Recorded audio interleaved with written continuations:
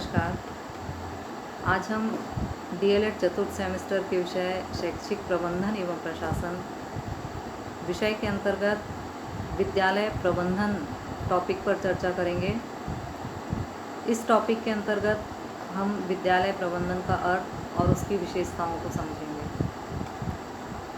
विद्यालय प्रबंधन का अर्थ उस संगठन से लिया जाता है जिसमें विद्यालय की विभिन्न क्रियाओं को चलाने के लिए प्रधानाध्यापक, शिक्षक, विद्यार्थी, कर्मचारीगण आदि सभी व्यक्ति मिलकर सामूहिक प्रयत्न करते हैं या सामूहिक कार्य करते हैं और ये कार्य किसी शैक्षिक उद्देश्यों की पूर्ति के लिए किए जाते हैं।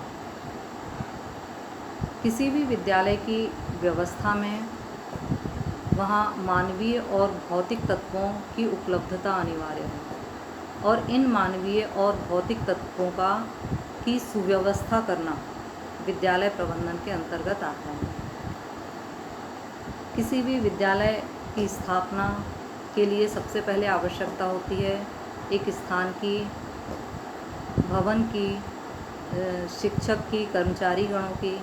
तो इन सभी मानवीय भौतिक तत्वों को जुटाना और उनका उचित प्रबंध करना विद्यालय प्रबंधन के अंतर्गत आता है।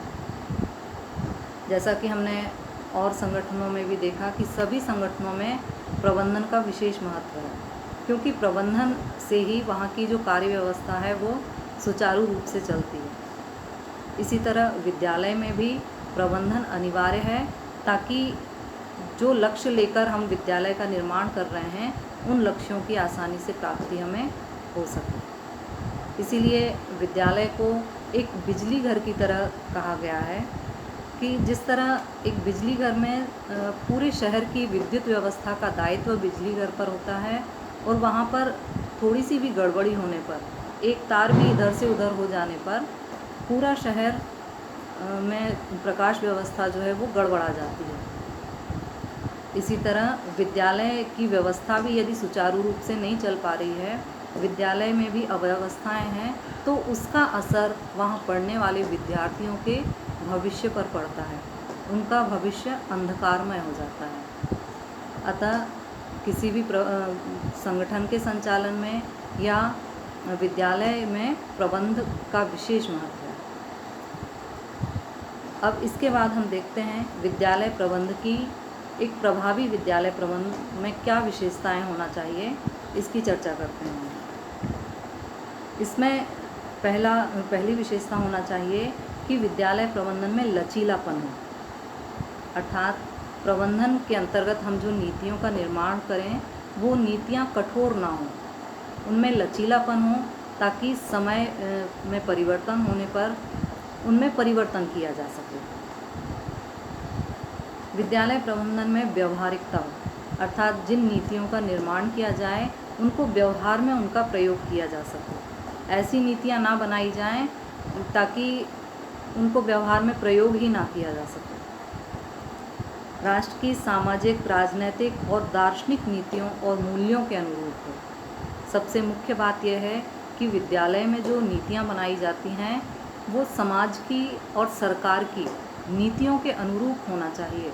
उनसे अलग हटकर इनमें नीतियों का निर्माण नहीं किया जाना चाहिए।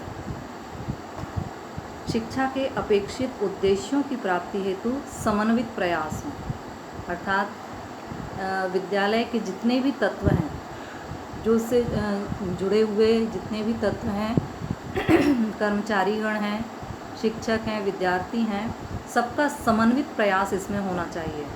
ऐसा ना हो कि ये जो प्रयास केवल एक तरफ से ही होता जाए, बाकी तरफ से व्यवस्था बिगड़ती जाए।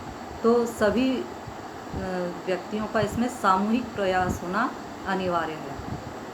आखिरी पॉइंट है इसका, विद्यालय प्रबंधन में सक्षमता हो, अर्थात जिन नीतियों का निर्माण विद्यालय प्रबंधन द्वारा किया जा रहा है उस नीति को क्रियान्वित करने के लिए पूर्ण योग्यता और पूरी क्षमता उसके पास हो।